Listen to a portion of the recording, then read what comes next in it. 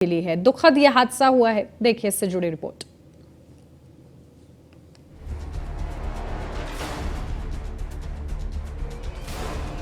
किसे पता था कि ये उनका आखिरी दिन होगा। चमोली जिले के पीपलकोटी में करंट लगने से 16 लोगों की जान चली गई।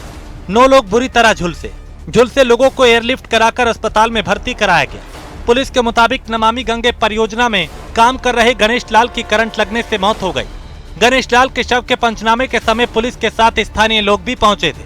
तभी परियोजना में लगे जनरेटर में शॉर्ट सर्किट हो गया और रेलिंग पर करंट फैलने से वहां मौजूद लोग हाई वोल्टेज करंट की चपेट में आ गए। मृतकों में एक पुलिस सब इंस्पेक्टर और 3 होमगार्ड के जवान भी शामिल हैं। वहीं मुख्यमंत्री पुष्कर सिंह धामी ने इस हादसे पर दुख जताया। साथ ही सीएम ने मजिस्ट्रेट जांच के आदेश दिए। सीएम ने सभी घायलों को उचित इलाज मुहैया कराने की बात की। साथ ही जांच में जो भी दोषी पाया जाएगा उसके खिलाफ सख्त एक्शन लिया जाएगा। चमोली जनपद में बहुत दुखद घटना घटित हुई है, उसके समाचार मिल रहे हैं, जिसमें अभी 15 लोगों के लगभग घायल और हताहत होने की सूचना मिली है। इस घटना के मजिस्ट्रियल जांच के आदेश कर दिए गए हैं। सभी बचाव दल, जिला प्रशासन, SDRF और अन्य बचाव दल वहां पर पहुंच गए हैं, जो बचाव के कार्य में लगे हुए हैं। इस घटना के मजिस्ट्रियल जांच के आदेश कर दिए हैं। साथ ही जो लोग घायल हुए हैं उनको हायर सेंटर रेफ़र करने के लिए हेलीकॉप्टर इत्यादि की सेवाएं भी ली जा रही हैं। उससे उनको तत्काल दूसरे सेंटरों पर भेजा जा रहा है। इस घटना में जो भी हताहत हुए हैं उन सभी को हम भगवान से प्रार्थना करते हैं अपने श्री चरणों में स्थान दे, उनके पारिवारिक जनों को इस दुख को सहने की शक्ति प्रदान करे। और जो भी बचाव के काम है वो सरकार के द्वारा, प्रशासन के द्वारा वहाँ पर किए जा रहे हैं। जो भी सहायता है वो सहायता अनुमन्य जो भी होगी उसको किया जाएगा। घायलों को हायर सेंटर ऋषिकेश शिफ्ट किया गया। खराब मौसम के कारण मुख्यमंत्री पुष्कर सिंह धामी चमोली नहीं जा पाए। मुख्यमंत्री ने चमोली घटना में मृतकों के आश्रितों को 5-5 लाख रुपए और घायलों को 1-1 लाख रुपए की राहत राशि प्रदान करने के निर्देश दिए। केंद्रीय गृह मंत्री अमित शाह ने फोन कर मुख्यमंत्री पुष्कर सिंह धामी से चमोली घटना के संबंध में जानकारी ली। उत्तराखंड के चमोली में हुए हादसे पर पीएम मोदी ने दुख जताया। उन्होंने ट्वीट कर लिखा, अत्यंत पीड़ादायक। उत्तराखंड के चमोली में हुए हादसे से बहुत दुख हुआ। शोकाकुल परिजनों के प्रति मैं अपनी गहरी संवेदना प्रकट करने के साथ ही सभी घायलों के जल्द स्वस्थ होने की कामना करता हूं। राज्य सरकार की देखरेख में स्थानीय प्रशासन पीड़ितों की हर संभव मदद में जुटा है। वहीं चमोली में हुए हादसे पर केंद्रीय गृह मंत्री अमित शाह ने भी दुख जताया। उन्होंने लिखा, उत्तराखंड के चमोली में करंट लगने से लोगों की मृत्यु अत्यंत दुखद है। मैंने मुख्यमंत्री पुष्कर सिंह धामी जी से बात कर घटना की जानकारी ली।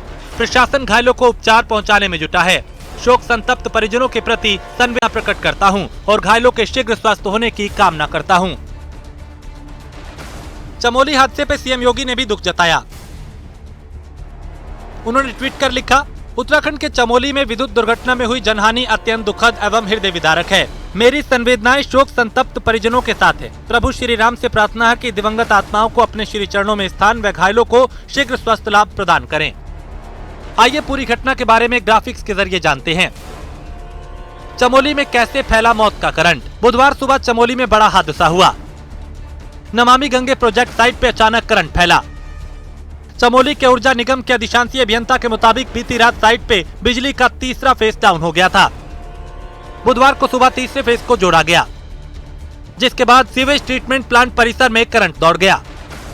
ट्रांसफार्मर से लेकर मीटर तक कहीं LT और ST के तार नहीं टूटे हैं। मीटर के बाद तारों में करंट दौड़ा है। प्रत्यक्षदर्शी के मुताबिक रात में यहां रहने वाले केयरटेकर का सुबह फोन नहीं लग रहा था, जिसके बाद परिजनों ने साइट पर आकर खोजबीन की। तब सामने आया कि केयरटेकर की करंट लगने से मौत हुई है। सूचना मिलते ही परिजनों के साथ कई ग्रामीण भी साइट पर पहुंच गए। जब वो यहां पहुंचे तो पुलिस मामले की जांच कर रही थी। इस दौरान वहां दोबारा से करंट फैल गया, जिसकी चपेट में कई लोग आ गए। हादसे में मृतकों की लिस्ट सामने आई है। मौत का करंट मृतकों की सूची। उप निरीक्षक प्रदीप रावत, चौकी पीपलकोटी। होमगार्ड मुकुंदे राम पुत्र श्यामदास, निवासी हरमानी चमोली, उम्र 55 साल। होमगार्ड गोपाल पुत्र माधव सिंह, निवासी ग्राम रूपा चमोली, उम्र 57 साल। होमगार्ड सोबत लाल, निवासी ग्राम पाडुली। सुमित पुत्र स्वर्गीय चंद्र सिंह असलाव, निवासी ग्राम रांगतोली चमोली, उम्र 25 साल। सुरेंद्र पुत्र विजयलाल निवासी हरमानी चमोली उम्र 33 साल। देवीलाल पुत्र असील दास निवासी हरमानी उम्र 45 वर्ष। योगेंद्र सिंह पुत्र महिपाल सिंह निवासी हरमानी। सुरेंद्र सिंह रावत पुत्र स्वर्गीय गोपाल सिंह निवासी हरमानी उम्र 38 वर्ष। मनोज कुमार निवासी हरमानी उम्र 38 वर्ष। सुखदेव पुत्र एलमदास ग्राम रंगतोली चमोली उम्र 33 वर्ष। प्रमोद कुमार पुत्र सुदामा लाल निवासी हरमानी। दीपू कुमार पुत्र महेंद्र लाल निवासी हरमानी उम्र 33 वर्ष। महिपाल पुत्र दुर्लभ सिंह निवासी ग्राम रंगतोली उम्र 60 वर्ष। विपिन पुत्र सोबत निवासी पटोली गोपेश्वर उम्र 26 वर्ष। आइए देखते हैं उत्तराखंड में हाल फिलहाल के साल में करंट की कहां से खबरें आई। उत्तराखंड में करंट लगने से कब कब हादसा हुआ। 2014 पौड़ी में करंट लगने से एक शख्स की मौत हुई। 2014 में देवप्रयाग में करंट लगने से एक शख्स की मौत हुई। 3 जुलाई 2014 को मोताड़ में बिजली की टूटी लाइन से करंट लगने से वन कर्मी जयेंद्र सिंह की मौत हो गई। 14 सितंबर 2014 को पुरोला में बिजली के झूलते तार से करंट लगने से एक शख्स की मौत हो गई। मार्च अप्रैल 2015 चमोली में करंट लगने से 2 लोगों की मौत। जून 2015 टिहरी में करंट लगने से एक ही परिवार के 3 लोगों की मौत। खास बात यह है कि चमोली में करंट लगने से एक शख्स की मौत हुई थी, लेकिन जब सुबह पुलिस कार्रवाई के लिए पहुंची तो इस दौरान मृतक के परिजनों और अन्य लोगों की भीड़ जमा हो गई। इस बीच वहां करंट फैला और मौजूद लोग इसकी चपेट में आ गए। मतलब ये कि मौत का करंट फैल गया। न्यूज़ वन इंडिया के लिए चमोली से सुदीप जैन की रिपोर्ट।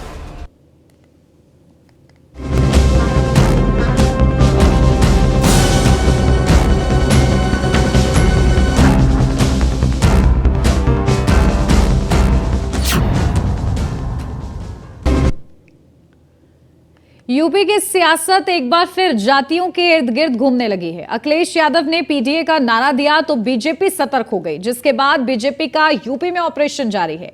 बीजेपी की कोशिश उन तमाम पिछड़े चेहरों को अपने साथ जोड़ने की है जिनका क्षेत्रीय या जातीय जनाधार है। सवाल उठता है कि क्या एक बार फिर विकास के मुद्दे पर स्थानीय, क्षेत्रीय और जातीय मुद्दे हावी हो जाएंगे?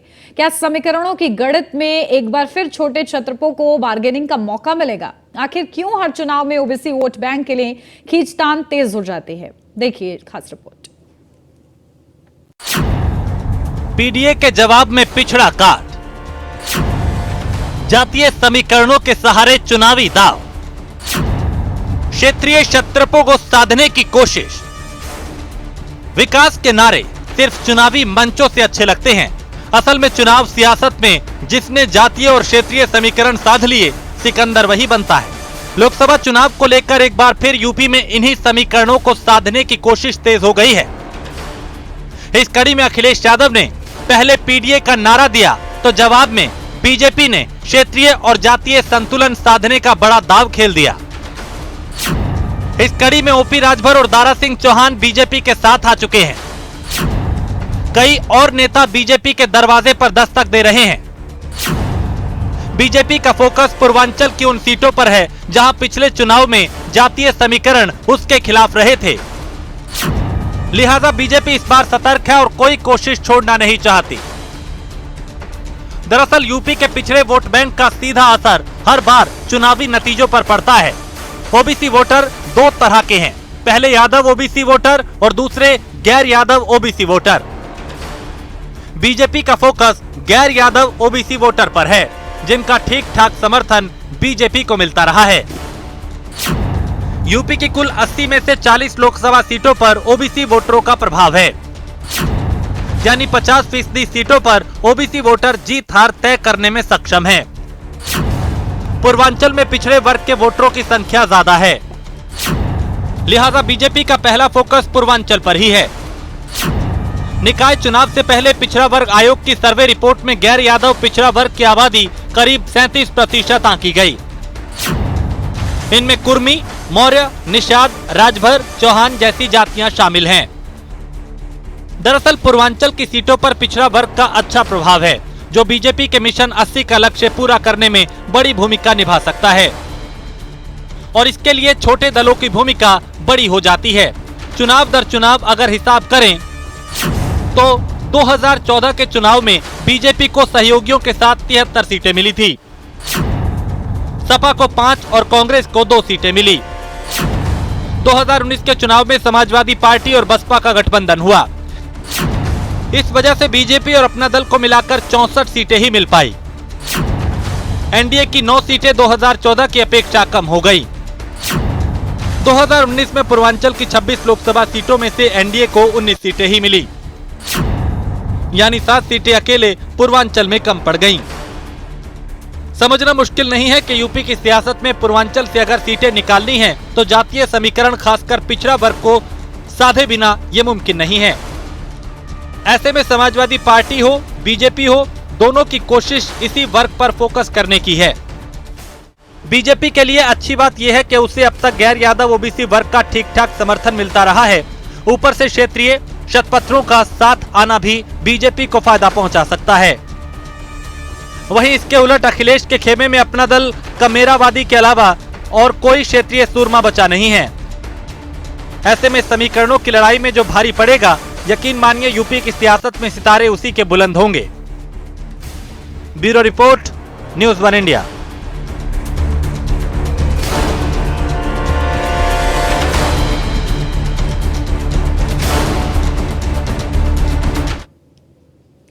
यहाँ रुक रहे एक छोटे से ब्रेक के लिए, जल्द हाजिर होते हैं। आप बने रहिए न्यूज़ 1 इंडिया के साथ।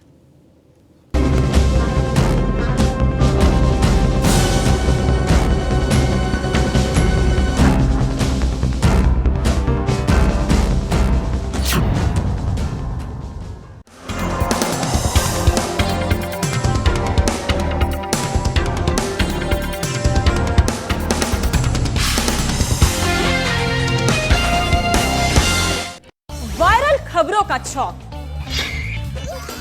गॉसिप की खिचड़ी जोरदार, खबरें चटपटी मसालेदार, सबका दिल है धड़का। देखिए रोज दोपहर 3:30 बजे एंटरटेनमेंट तड़का।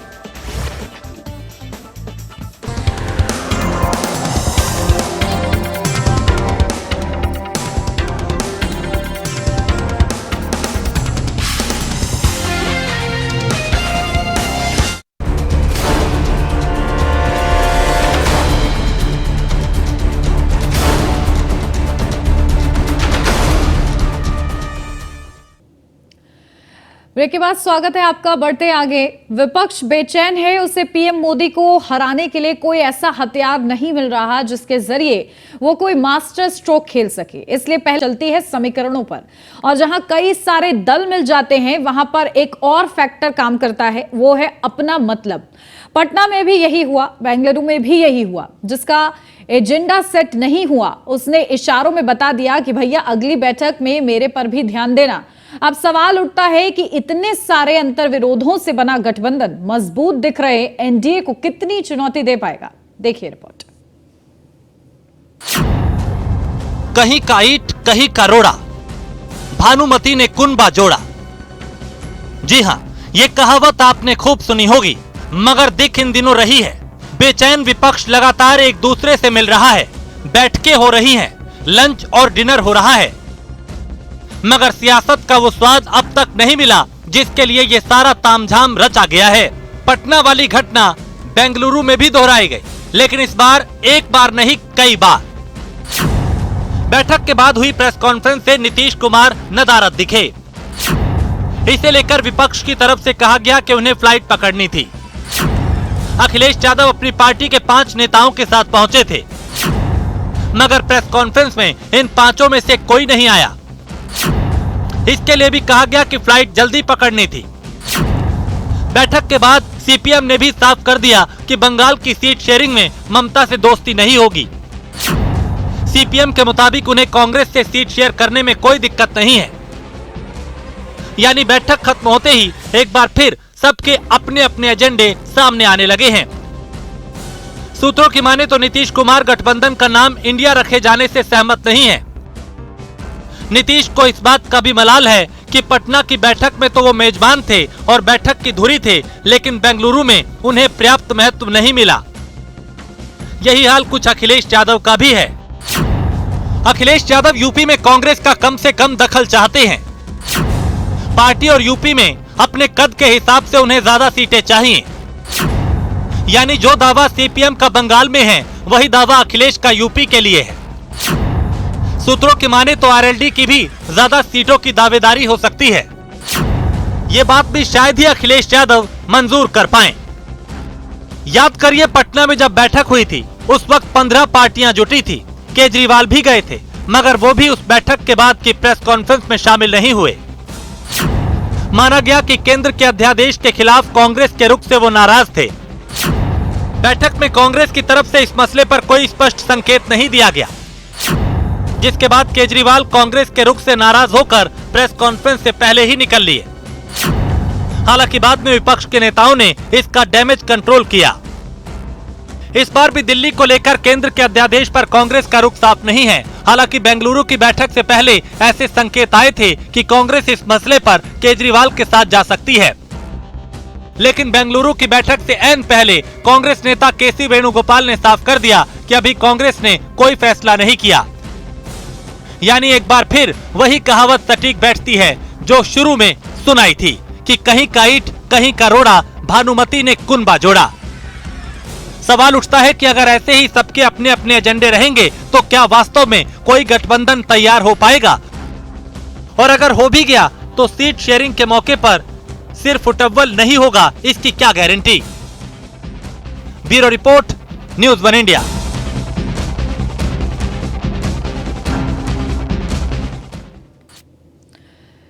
ग्रेटर नोएडा से अब बड़ी खबर, पुलिस को मिली है बड़ी सफलता। पुलिस ने 25,000 का इनामी को गिरफ्तार किया है। राह चलते लोगों से मोबाइल झपटता था ये बदमाश। कोतवाली बिसरख पुलिस की मुठभेड़ में 2 बदमाश घायल भी हुए हैं। दीपक नाम का बदमाश सेक्टर 39 थाने का गैंगस्टर है। तो बड़ी सफलता पुलिस के हाथ लगी है। राह चलते लोगों के हाथ से फोन झपट लेता था ये बदमाश।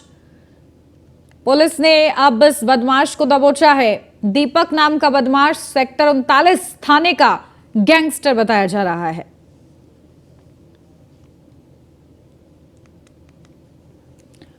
तो पुलिस ने 25,000 के इनामी को गिरफ्तार किया है, जो कि लूट की वारदात को अंजाम दिया करता था।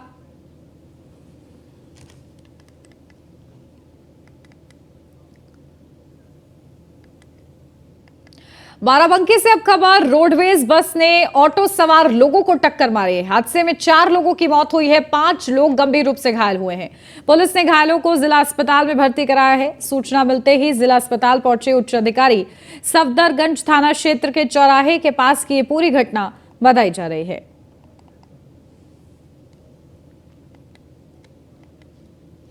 मेरठ से अब खबर, सेक्स टेप मामले में आरसी गुप्ता की मुश्किलें बढ़ी हैं, जहां कोर्ट ने वकील रमेश चंद गुप्ता की जमानत खारिज की है।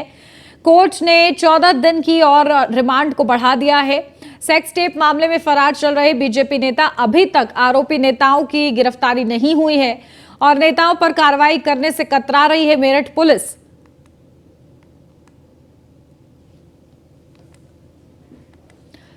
लखनऊ से अब खबर, पुलिस कर्मियों की दबंगई सामने आई है। पिटाई का विरोध करना युवक को इतना भारी पड़ गया कि ओला चालक की पिटाई का विरोध किया था। पुलिस ने युवक को विरोध करने पर पीट दिया। स्मैक तस्करी में फंसाने की साजिश रच डाली।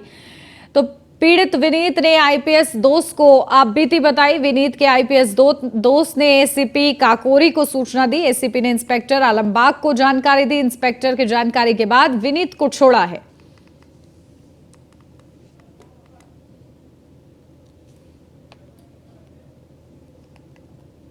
चालक द्वारा अपना ओला कैब बीच सड़क पर खड़ा करके और सो गया था, जिस पर यातायात बाधित हो गया था, जिस पे थाना मानक नगर के पालीगान के कर्मचारीगण, हेड कांस्टेबल गजेंद्र सिंह और कांस्टेबल अनमोल मिश्रा मौके पर। अब खबर नोएडा से है, जहां सेक्टर 34 के होशियारपुर गांव में आर्थिक और शैक्षणिक रूप से पिछड़े हुए 5वीं कक्षा के बच्चों का road Red Rose Public School में नोएडा महानगर का द्वितीय प्रतिभा विकास केंद्र का शुभारंभ हुआ, जिसमें वनवासी रक्षा परिवार फाउंडेशन के नोएडा प्रभारी राजेश दत्ता, वनवासी रक्षा परिवार फाउंडेशन के विवेक अग्रवाल, संयोजक प्रतिभा विकास केंद्र के संयोजक वीरेंद्र प्रताप सिंह समेत हरवीर सिंह, आनंद कुमार श्रीवास्तव के साथ आचार्य बुलंद शर्मा मौजूद रहे।